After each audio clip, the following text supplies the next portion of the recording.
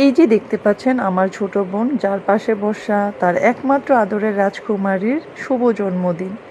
জন্মদিনের কেকটা তো বেশ সুন্দর ছিল, পাশাপাশি আমাদের রাজকুমারীর ড্রেসটাও কেকের সাথে ম্যাচিং ছিল বিদায় বেশ সুন্দর লাগছিল। সবাইকে নমস্কার, কেমন আছেন সবাই?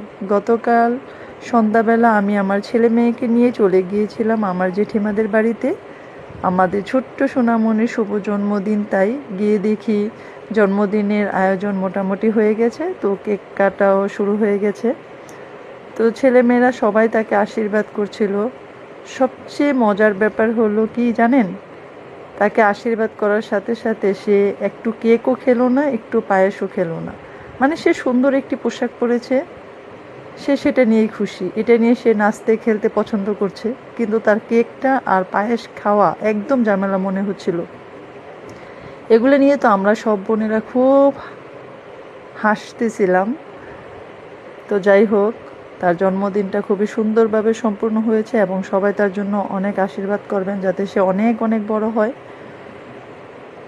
সব মিলিয়ে জন্মদিন শেষ, তো আমরা সব বোনের একসাথে ছবি ওঠাচ্ছিলাম, কারণ সবাই যার যার সংসার নিয়ে ব্যস্ত থাকে। আমরা বোনেরা একসাথে হতে পারি না, কারণ সবাই যার যার সংসার নিয়ে ব্যস্ত।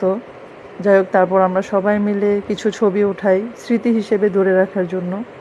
সবাই ভালো থাকবেন, সুস্থ থাকবেন, আমাদের জন্য দোয়া রাখবেন।